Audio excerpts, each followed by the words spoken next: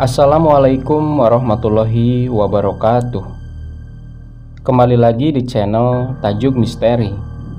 Untuk cerita kali ini ada satu kisah yang ditulis oleh Diva.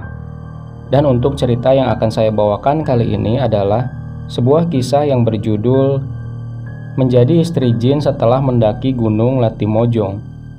Sebelum kita masuk ke ceritanya, jika kalian suka dengan cerita ini, silahkan tekan tombol like, subscribe juga bagi yang belum, dan share sebanyak mungkin ke semua teman dan kerabat kalian. Bagi teman-teman yang ingin membaca langsung ceritanya, nanti silahkan kunjungi link yang saya sertakan di kolom deskripsi. Tanpa berlama-lama, mari kita langsung ke ceritanya.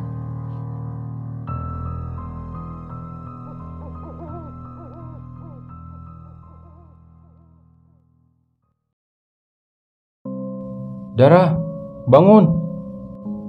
Segerombolan pendaki gunung tengah mengerumuni sosok gadis yang tergeletak tidak berdaya di atas tanah. Beberapa di antara mereka menangis dan menepuk tubuh gadis itu. "Dara!" ucap seorang perempuan dalam tangis.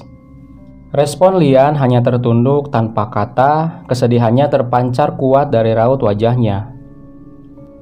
Dara, kekasihnya kini telah meninggalkannya bersama harapan-harapan dan janji setianya yang kini telah karam.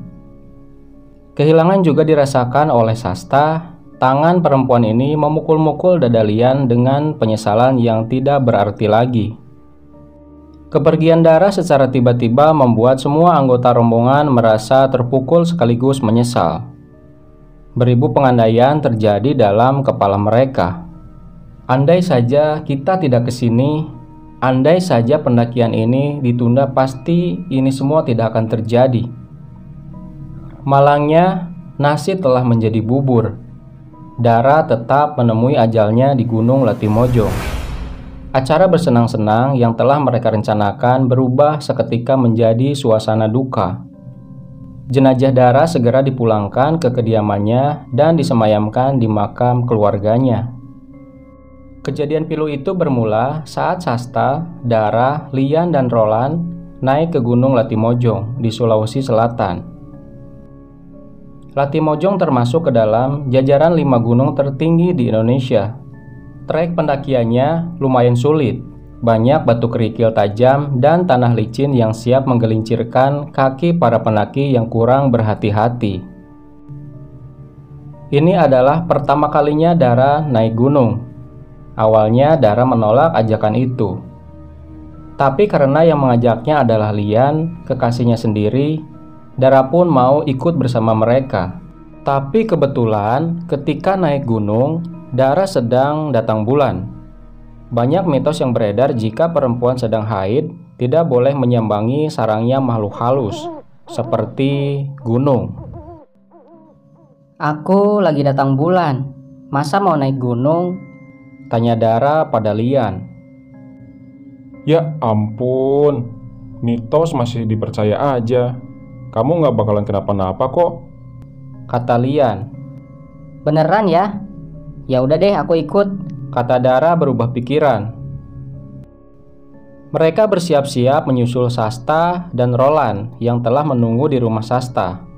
Setelah sampai, mereka naik mobil jeep milik Papa Roland. Jarak yang harus mereka tempuh adalah 3 jam dari pusat kota ke lereng Gunung Latimojong.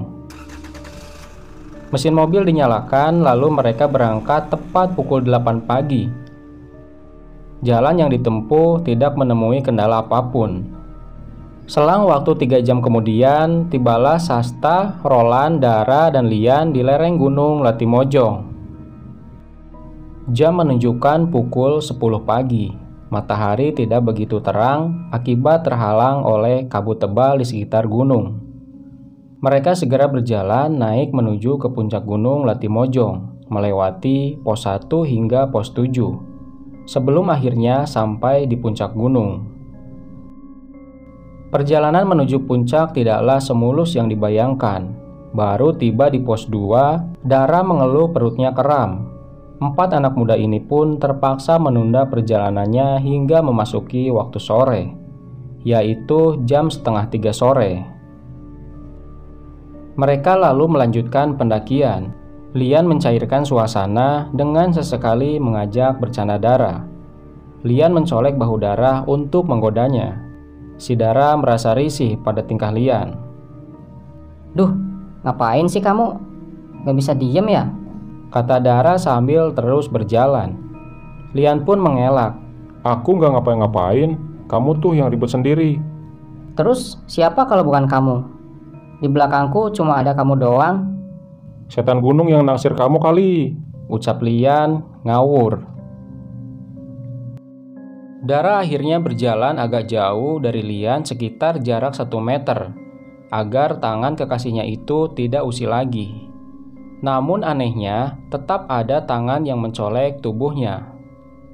Dara memutar kepalanya ke belakang. Dia berpikir, Lian kan jaraknya jauh, gak mungkin bisa nyolek aku di sini. tubuhnya merinding hebat. Lamunannya membuat Dara hilang fokus hingga terpeleset dan jatuh di depan Lian.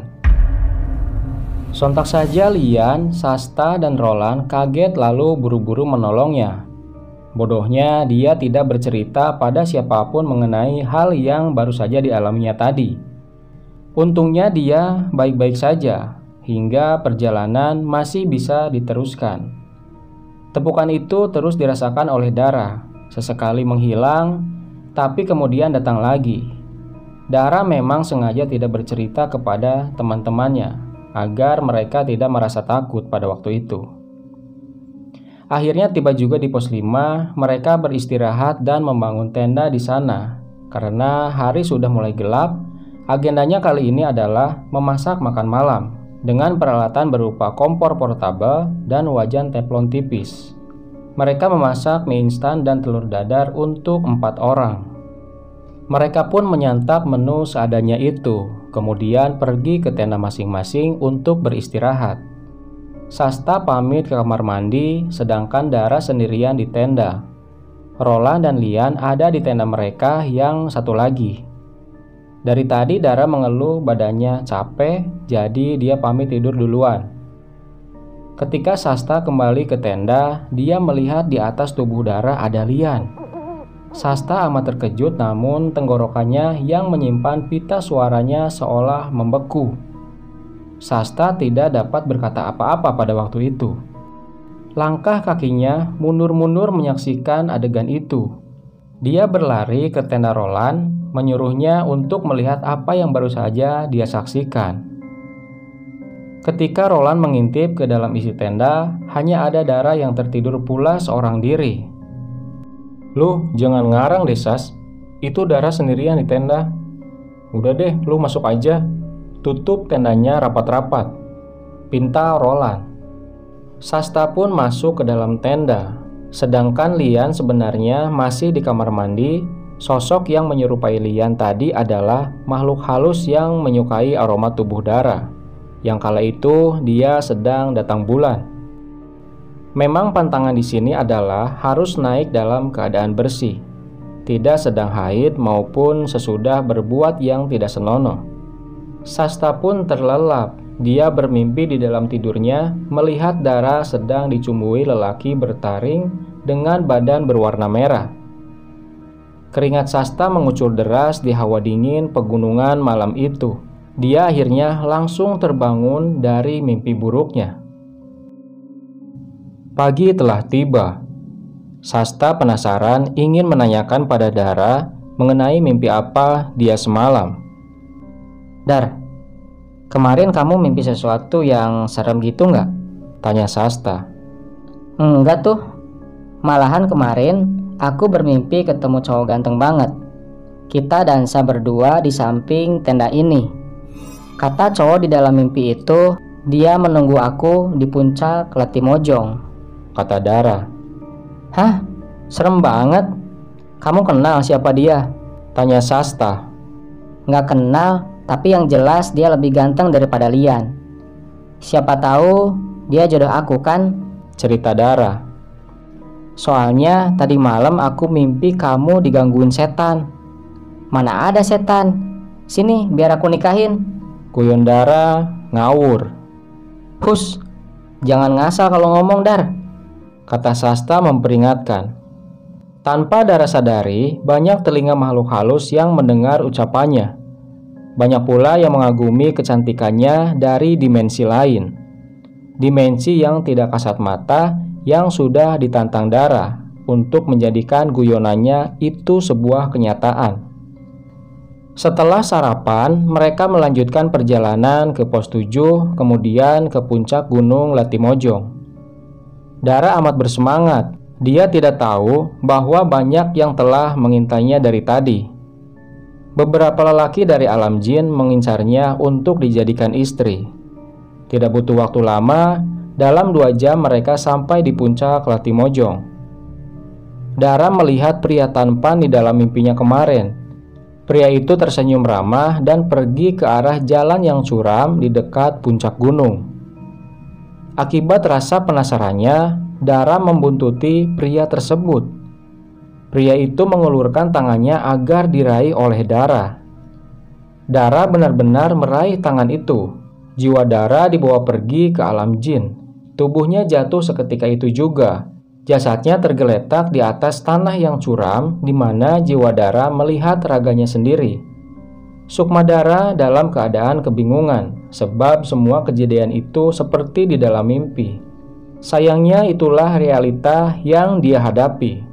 Sosok pria tampan tadi berubah menjadi menyeramkan. Dara pun mencoba melepaskan tangannya, namun tidak sanggup. Sedangkan raganya di alam manusia tengah diserang hipotermia yang menyebabkan jantungnya berhenti berdetak seketika. Kejadian ini mengajarkan pada kita pentingnya tata krama dalam berucap, apalagi di tempat yang umumnya banyak dihuni oleh makhluk gaib, seperti di gunung. Banyak telinga dan mata yang sebenarnya memperhatikan kita. Jika salah berucap sedikit saja, kita bisa terkena batunya.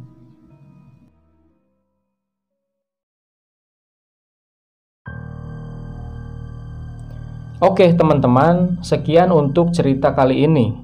Semoga apa yang sudah saya sampaikan dalam cerita ini bisa menghibur dan bisa diambil sisi positifnya.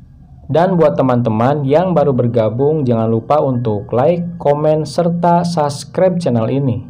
Dan nantikan kisah-kisah horor berikutnya tetap di channel Tajuk Misteri. Wassalamualaikum warahmatullahi wabarakatuh.